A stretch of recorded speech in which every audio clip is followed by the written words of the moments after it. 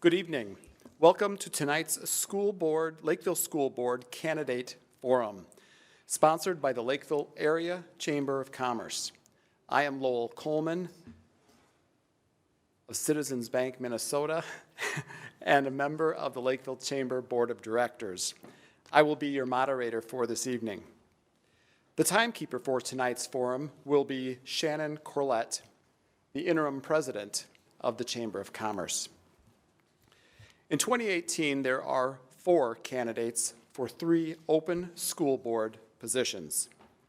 They are seated alphabetically tonight: David Anderson, Zach Duckworth, Lynn Gorski, and Kathy Lewis. The format of tonight's forum will be as follows. Questions were sent to all candidates in advance with the agreement that they would take audience questions. Audience, there are question cards located by the council chamber doors for your benefit. Please write down your questions and give them to our timekeeper, Shannon Corlett. Personal questions or questions directed to one candidate will not be accepted. Each candidate will have 2 minutes for introductions and opening remarks. Then, each candidate will receive 90 seconds to respond to each question. Finally, each candidate will receive 90 seconds for wrap-up and closing remarks. A straw poll for tonight's event determined the order of the candidates. Lynn will start us off, and then we will proceed clockwise with each candidate responding accordingly. With 30 seconds remaining, Shannon will hold up this card. And when time has expired, Shannon will hold up this card. With each new question, we will start with the next clockwise candidate, so each candidate will have an opportunity to go first. Are there any questions, candidates? If not, let's get started. We've asked each candidate to conduct some opening remarks, and in those opening remarks, to include their top 3 priorities as a member of the school board. Lynn, after you. All right, first of all, I'd like to thank the Chamber for hosting this event, and thank you for all who are in the audience tonight and watching on TV. My name is Lynn Gorski. I am married to Tim, who is a mechanical engineer and also runs a small business out of our home. Tim and I have 2 children. Our oldest, Sophia, is a graduate from Lakeville, and our son, Ty, is an 11th grader at Lakeville North. My 11 years of experience in public service is beneficial to the Board of Education's. 5 years include working in a school district. That includes experience in finance and operations, buildings and grounds, health and safety, and payroll and benefits. My most recent experience includes 6 years as a human resource director for a local city that employs around 500 employees each year. Some of my job duties include employment law, negotiations, employee investigations, hiring, safety, benefits, and strategic planning. I am also an elected board of directors for Southeast Service Cooperative. We serve 47 school districts, and they have 87 students enrolled. I have also been selected to serve on the board of Minnesota Healthcare Consortium as the treasurer. And I hold a certificate for the Society of Human Resources for Certified Senior Professional. My 3 priorities are school safety and security, financial or fiscal responsibility, which includes public dialogue and community engagement, and academic opportunities for all. Thank you.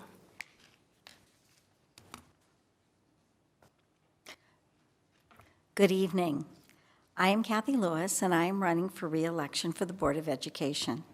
Thank you to the Chamber for holding this forum. I appreciate the opportunity to participate. I am focusing on 3 priorities in my campaign: and that is first, educational, career, and co-curricular opportunities for students, a high-quality work environment for students and staff, and safety in the schools. Each of these priorities is consistent, I believe, with the strategic plan that the board adopted a week ago, and will position the district to continue to meet the educational and future career preparation needs of our children. My husband Dick and I have raised 5 children, all graduates of Lakeville schools. We're grandparents to 13 children, 10 of whom are currently in the schools, have graduated the schools, or in preschool programs. We have one little one left, and he'll join his siblings and cousins in a couple of years. I work as an intensive care nurse at Fairview Ridges Hospital, educated at St. Catherine's. I belong to All Saints. I have co-chaired our Lakeville Heart Restart program, and I'm educating thousands of members in hands-only CPR. I'm a recipient of the Friends of Lakeville Education Award. I've been honored to represent our community, you, at the board table and advocate for our children. Thank you. Good evening. My name is David Anderson, and I've lived in the district for 15 years. I'm an attorney, and I've worked most of my career at Thomson Reuters. I've been married to my wife, Jane, for 28 years. She is also an attorney and very involved in the community. She has served on this Community Education Advisory Committee for many years. I have 2 sons. My older son, Jared, just recently graduated from Lakeville South last May, and I currently have a son in the special ed program at Century Middle School. His name is Jonathan. I have been chair of the Special Ed Advisory Board for the Lakeville School District for many years. We work with parents, teachers, and administrators in the district to address the needs and issues of families with special needs kids in the district. We fundraise to raise awareness and provide camp friendship scholarships. We make a big deal out of Inclusion Week by awarding several very awesome, deserving employees in the district who make a difference for special ed children. I was also asked to serve on the long-term facility planning committee for the district. So this has provided me with a lot of knowledge of how we're going to be planning for new schools, improving our schools, updating our schools, renovating our schools in the future. I was also on the racial integration board between the 2 school districts, Burnsville and Lakeville, and have worked on several projects to help with diversity. I'm also a parent liaison for the school district, helping special needs families, and I was just the recent recipient of Excellent Education Award for my volunteer work in the district. My top 3 priorities, which I'll be elaborating more on later, are long-term effective planning to provide a safe and productive learning environment for both teachers and students. Another time. Good evening, everyone. It's an absolute pleasure to be here. Thank you all for attending, and to those of you that are watching. And also a special thanks to the Lakeville Area Chamber of Commerce for coordinating and facilitating this event. My name is Zach Duckworth, and I'm a candidate for Lakeville School Board. I'd like to start by thanking the current school board for their time and service to the Lakeville schools and residents over the years, as well as my fellow candidates. I can certainly respect and appreciate anyone who is willing to raise their hand and be of service to their community. We're fortunate to have some fine folks to choose from. A little background about myself. I'm a graduate of Lakeville Schools and know many people in the community from my time as a student and as a kid who grew up here. I was an active student who participated in about every group or activity offered, to include mock trial, student council, as well as serving as class president. I am extremely thankful for the superior education I received as a student in Lakeville, and know without a doubt that it gave me a competitive advantage in life. And honestly, that's why I'm here. I've experienced firsthand the power of a superior education in Lakeville, the confidence as a student when you know that your teachers care about and believe in you, and the tremendous benefit that comes with the skills learned and developed in our district's extracurriculars. Make no mistake about it, what occurs in the classroom of our district is life-changing, which makes it vitally and crucially important, especially during a time of unprecedented growth. That being said, I must admit that the greatest contribution Lakeville Schools made to my future was introducing me to my wife, Carly. We met in McGuire Junior High at the time in the cafeteria when her friends decided to sit with the new kid. This was, of course, before Tinder and eHarmony. My wife and I graduated from Lakeville High School before there was a North and a South. We attended the University of St. Thomas. I graduated with a degree in political science as well as an MBA and a degree in business. My three priorities are preserving Lakeville's legacy of academic excellence, planning for growth while responsibly managing the bottom line, and providing robust extracurricular activities, athletics, and art opportunities. Thank you. Thank you, candidates. Question number 1 will be led off by Kathy Lewis.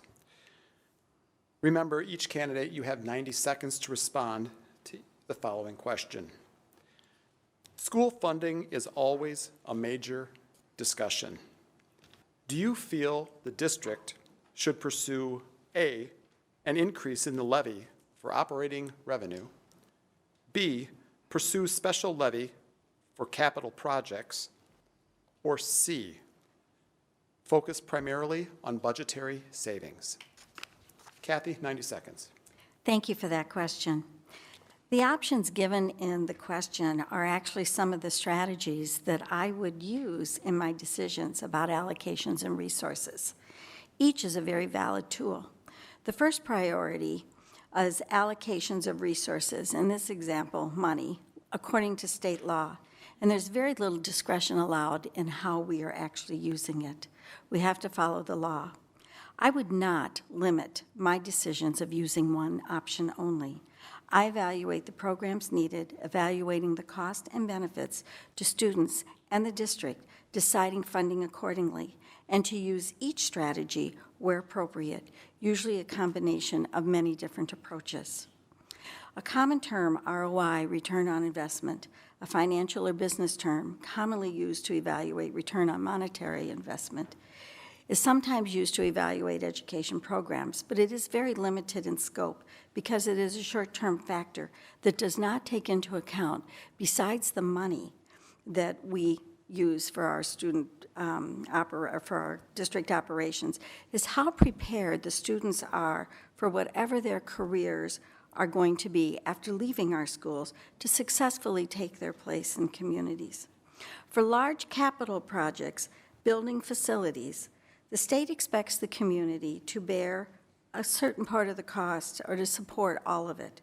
That requires approval of a building bond by a vote for the community. Some capital projects are large enough that it cannot be required under capital budget allocations. That would also require a maintenance referendum.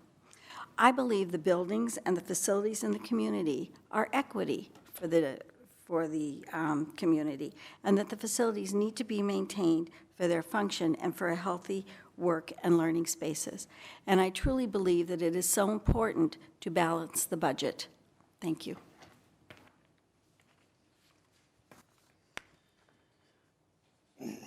Well, this question can't be answered in a vacuum, and it might be a combination of all three of the above, depending on the financial situation of the district.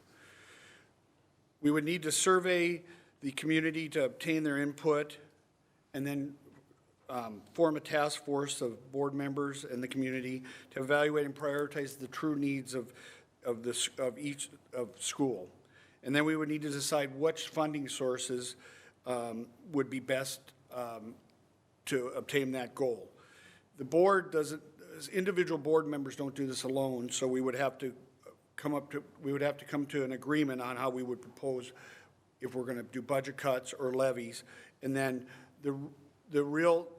then we would present it to the community for their vote, so they have the final answer in deciding how that money is spent. Thank you. School funding is certainly a major issue, if not the chief issue, that every district faces. How to manage the budget and operate in a fiscally responsible manner without compromising the academic excellence of the Lakeville School District should be a primary focus of the board. Budgetary savings should always be a priority. We're called upon to be good stewards of the community's investment in our future generations. That being said, I don't think the answer to your question is an either-or answer. Depending on the situation, the needs of the district, and the results of the upcoming community survey, we'll likely find that it may be a combination of those options. In doing so, it's also important that we maintain the 5% fund balance. The board has recently adopted the maximum preliminary levy permitted by the Minnesota Department of Education, and if the needs of the district require the board to consider changes to the levy for operating revenue or special levies for capital projects, like the new district office, as has been discussed at recent board meetings, then we owe it to the voters to examine and analyze those options, as well as inform them about the second and third order effects. Thank you. I do not take this issue lightly. This has been my career for the last 11 years. First of all, we should always focus on budgetary savings all the time.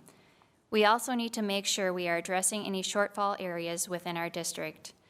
Increasing operating revenue every year is just an easy way out. All programs should be evaluated to see the effectiveness of what we are providing the students. Currently, the district is working on a survey to send out to the public. This survey, along with staff input, will allow us to prioritize the district needs. Essentially, the final decision would be up to the voters within the district. Thank you.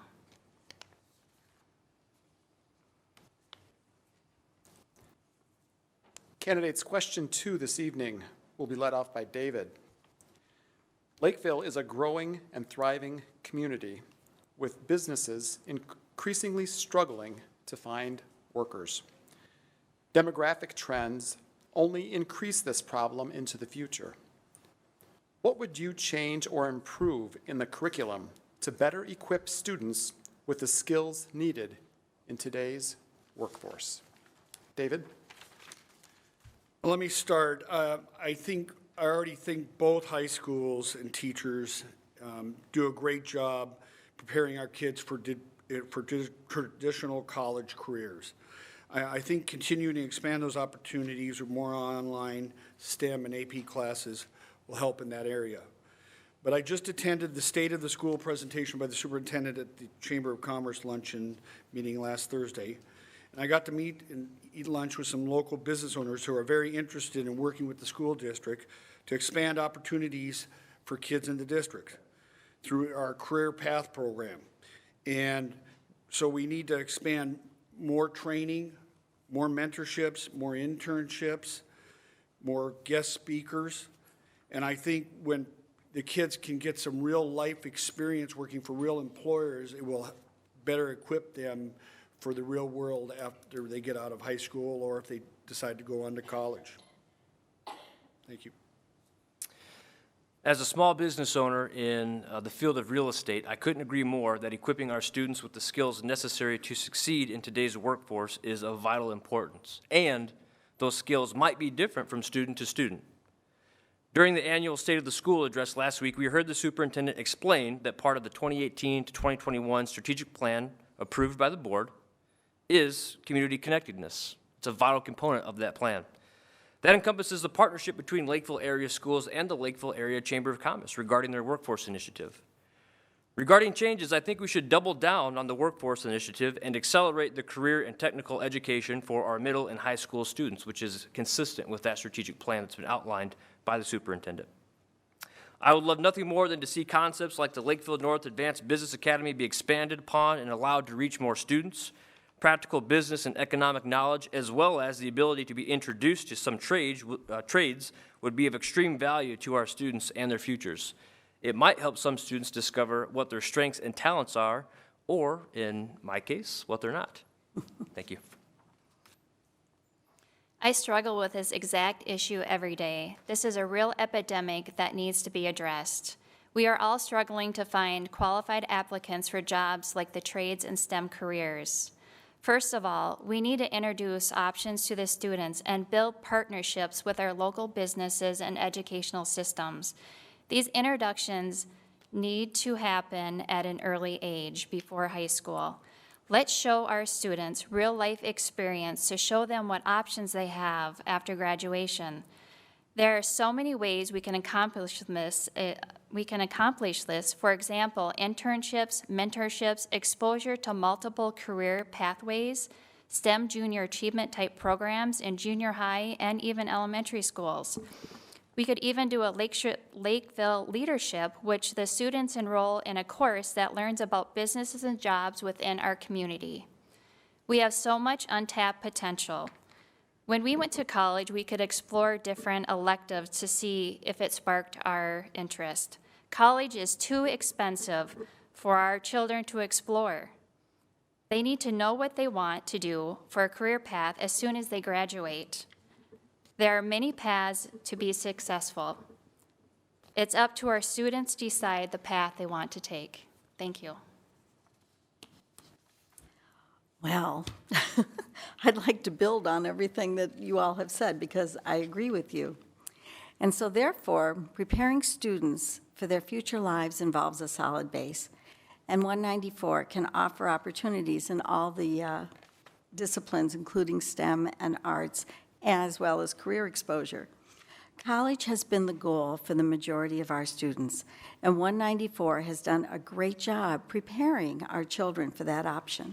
But the reality is many students either do not have the desire or the willingness to be able to attend college.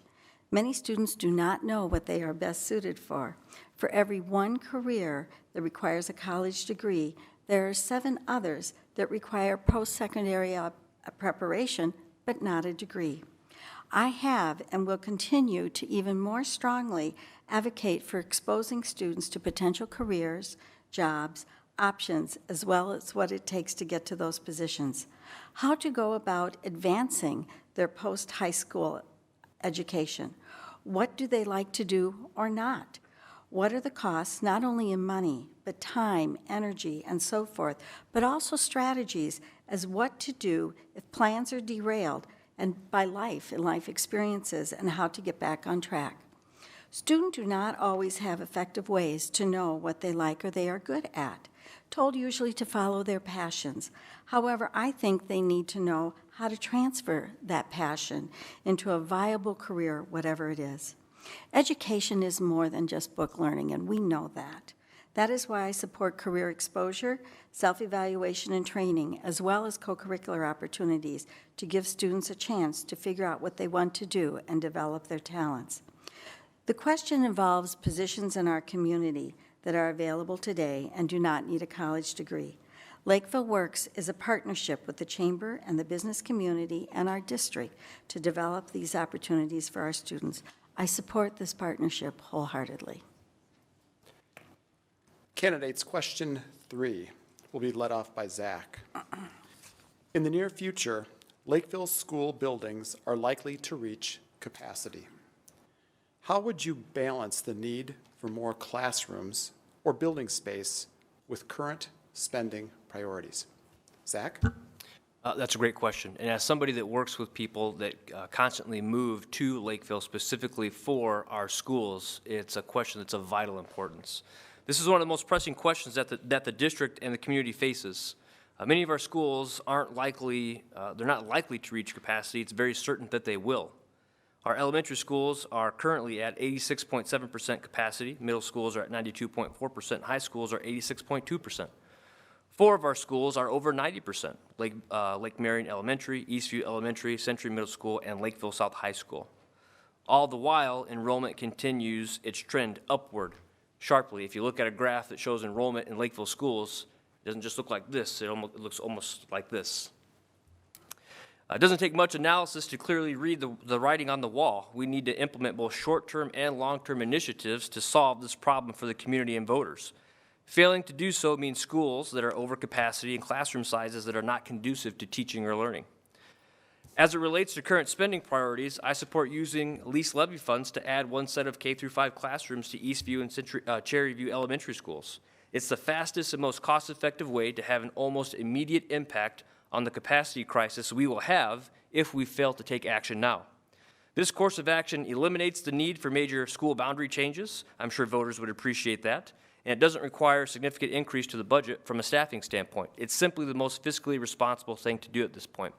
If pursued, construction costs, plans, bids, etc. could occur before the start of the 2019 to 2020 school year, thereby relieving the district of an immediate concern and allowing it time to plan for more long-term solutions that will meet the needs of our community, students, and teachers, but not in a manner that's excessive. All right. What I say is by a community survey. Ask the public what their priorities are. It's the board's responsibility to research and communicate our needs, and it should be up to the public to decide what the final direction is. We need to make sure our voters understand the district needs so that they can make an educated decision. Our enrollment increased by 510 students this year alone. Within this student increase, we are provided additional funds for staff, but we need class space to put the students. An in-depth space allocation study may be warranted to see how better we can utilize this space. Families move to our district for the schools. I think the last thing we want to do is turn away students because we're out of room. We are doing some really great options to help this space in the high schools by having Link 12 and hybrid classes that they can take online. A few years ago, districts went from half-day kindergarten to all-day, everyday kindergarten, which tasked our leaders in the district to find space for added sections due to mandated state law. The last thing we want to do is see modular pods sitting on the front lawns and investing in temporary classrooms because the district did not plan ahead. We had a long-term facility task force that was referenced earlier that met a few years ago that studied many of these options. They looked at the demographic trends, the growth trends, the cost, the viability of offering these different options, and also what would probably be most desirable. Then they reconvened a few months ago to review and make sure that everything was still a viable option for us to pursue. The board needs to review all of these different options and put it in context. In some cases, it may be appropriate to add on to buildings, but we always have to evaluate that in the context of what the core facilities are. In other words, how big is your cafeteria? What about your gyms? You don't want to have to start offering lunch at 9:30 in the morning because you don't have large enough facilities to handle the extra classrooms. So that is one option, is adding on. But I also favor long-term planning, looking at the long-term distance as far as what our growth is going to be. To me, it doesn't make sense when 75% of the population is all pretty much located in 25% of the land, because our district is 86 square miles. To put it all in one area, we may need to branch out more, and we need to study that.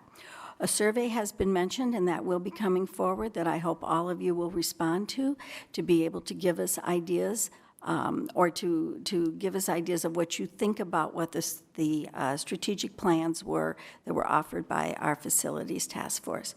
I also have to consider what the operating cost is for additional buildings or additions onto these buildings, because that does have a budgetary impact to our general ed fund. Thank you. Well, there's not much to add because I agree with the comments of the other three candidates. I do think our school district does a very good job of tracking the growth and the potential forecast of where students are going to be moving, or where families are going to be moving in. And I think that's the key part of making sure that we're always on top of that. I agree with Zach in that moving boundaries is not an ideal situation, but you never know when that might have to happen. The best situation in my world would be to add on to the different schools that are at or near capacity, and we actually have a school in the district that's over capacity. And so we don't want too many kids in these classrooms. It's not going to help their learning, and so we need to stay on top of that in a 2 or 3 year planning. And when I was on the long-term facility planning committee, we discussed this quite a bit, and I think that the district is well prepared to handle this issue in the future. Thank you.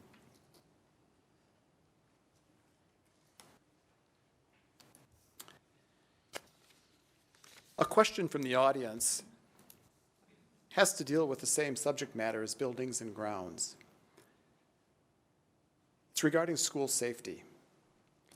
School safety and our kids' safety should be our #1 priority. What would you do to enhance the safety of our schools to ensure every child can grow in a safe learning environment? We're going to start this round of questions off with Lynn. I love that question tonight because that is one of my top priorities is school safety. You know, we have done some things in the school to enhance the safety. We had $100,000 that were on the referendum to do some basic things, but we really need to step it up. We don't want to be sitting up here and having a school violence thing happen and everybody's asking us, have you done everything possible you can to have our children and our employers safe? And right now, we can't say that. So we need to make sure that we invest in a multi-level security system for our children to make sure that everybody comes home safe and that, you know, we can say that we have done everything possible. Thank you. I also appreciate this question. It is something that I have thought about for years. Having served on the board for a while and been so involved in building so many of our schools, safety was always a question that we always considered. It's just, it really has kind of changed in the tone and the intent. It used to be you were worried about domestic violence and the wrong child picking up, or the wrong parent or relative picking up a child, or the kid speeding through the parking lot. Obviously, that has changed in today's climate, and it's so unfortunate that that has happened. I favor a comprehensive plan that we look at. Each of our, most of our buildings are all different. Some have very similar floor plans, but all of them would require different strategies. And rather than piecemealing this, I would really like to develop a plan that would coordinate, but then we would implement as we are able to manage it within our funding. I think that this would be most effective. I would be remiss if I also did not mention that school safety is not just what comes into the building, it's also already what is in the building. And by that I mean we need to have increased counselors, mental health counseling, and provide those services to our students. I'm not talking about a mental health clinic, but I do think that increased training for our teachers and for our staff would be very helpful and help to perhaps prevent. The best way to deal with this is to prevent it from ever happening. And then if, God forbid, it does occur, we are prepared to at least to minimize whatever damage can possibly be minimized. Well, I think it's a balancing act because our schools are used by not just our students, are used by the whole community. And I think the board and the school system in the past couple of years have done a good job in some of the schools putting in ID systems and making sure all the doors are locked and limiting access. I do have a question or a issue with the security at the high schools. There really is no screening that happens in the high schools until you actually get into the school. So if somebody really wanted to do damage, they could get into the school pretty easily, and there's not much deterrent there. It's not an easy subject to talk about, but the elementaries and the middle schools have a much more locked down type of situation where you have to provide your driver's license and be screened by somebody at the school before they're going to open the door. And I think that's probably the best approach. Thank you. Well, as a veteran who has served overseas and a current member of the Minnesota Army National Guard, in addition to being a volunteer firefighter here in Lakeville, safety and security is my wheelhouse.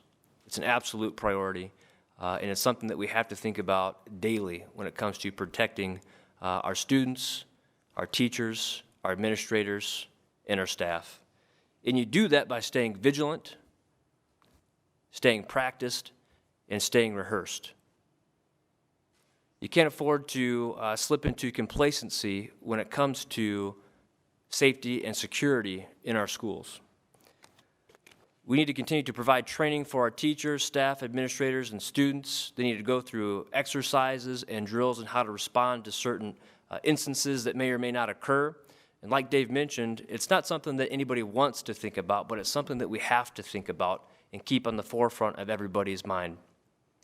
We need to do training exercises or continue to do training exercises with police, firefighters, EMS, not just here in Lakeville, but also with surrounding schools, also with surrounding communities and the assets that the state of Minnesota has.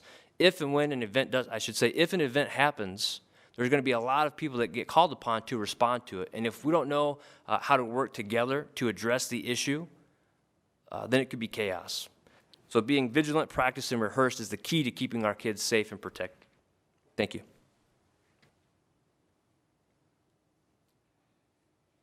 Candidates, that's all the questions we have for you tonight. Oh, We do have time, though, for wrap-up remarks from each of you. You will each be granted 90 seconds for closing remarks. We will start those remarks with Kathy Lewis. first of all, I want to thank all of you who have attended and those that are watching and taking the time to watch this. I really do appreciate it. I also appreciate the Chamber offering the opportunity for us to be able to come before you, and I want to thank my fellow candidates. It's a pleasure to have met you and be talking with you and working with you in this candidacy, in this race. As a candidate, I want to reiterate my my priorities, which are number one, educational, career, and co-curricular opportunities for students, high-quality work environments for our staff and children, and also safe schools. And that does go the whole gamut of from our counselors all the way up to the facilities and afterwards. I have really enjoyed and been incredibly honored to have represented our community at the board table. I ask for you to vote for me so that we can tackle some of these issues and go forward for our students and our community. I also want to thank our community and our businesses who have been so wonderful, supportive in the things that we have done and have been willing to extend partnership to us. Thank you.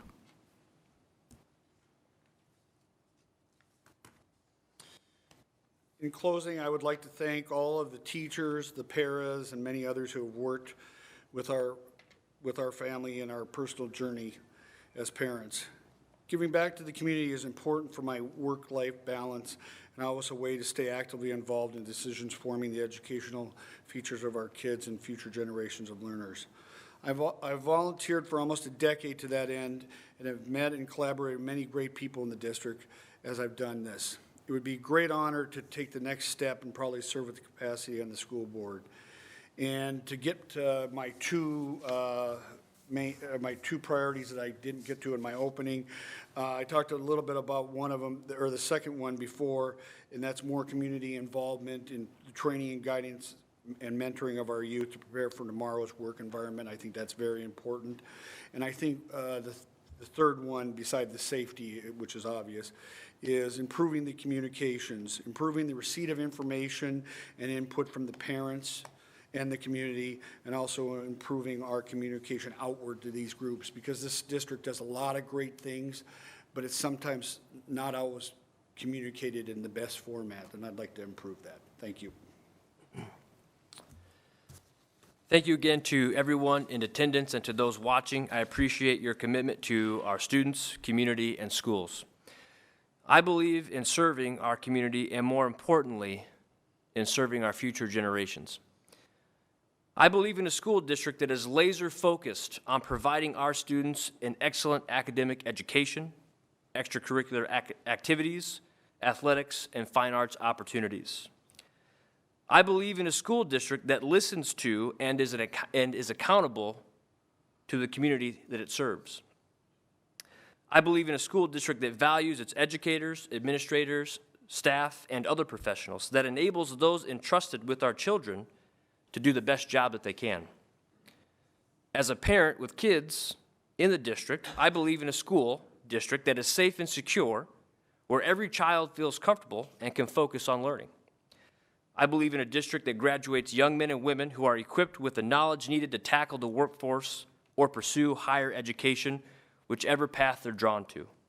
I believe in being a role model for our young people by operating with integrity, transparency, accountability, by displaying great character, a passion for serving others, and the willingness to collaborate with others.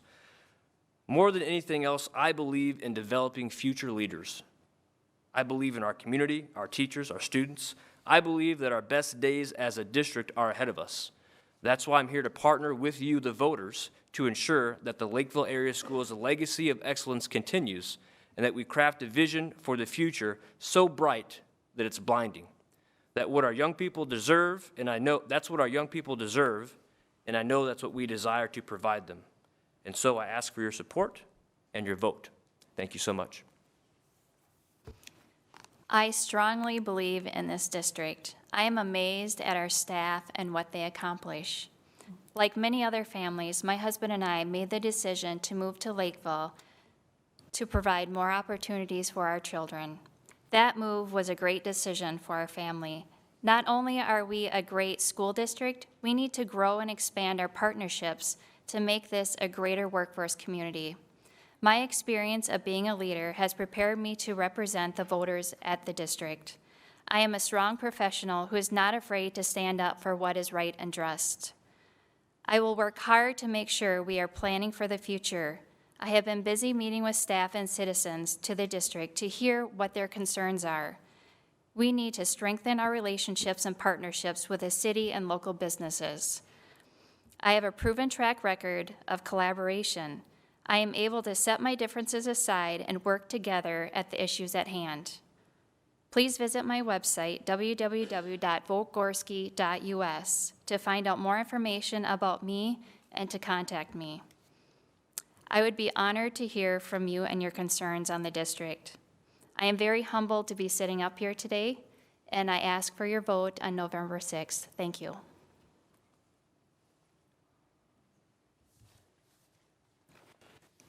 I would like to take the time now to thank each of their candidates for school board: David Anderson, Zach Duckworth, Lynn Gorski, and Kathy Lewis, for attending and participating in tonight's school board candidate forum.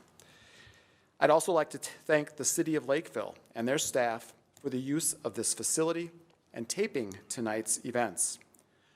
The forum will be rebroadcast on Channel 187 and is also available on the city's website.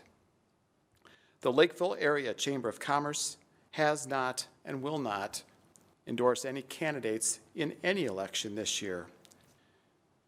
Good night, and everyone, please remember to vote on Tuesday, November 6th. Thank you.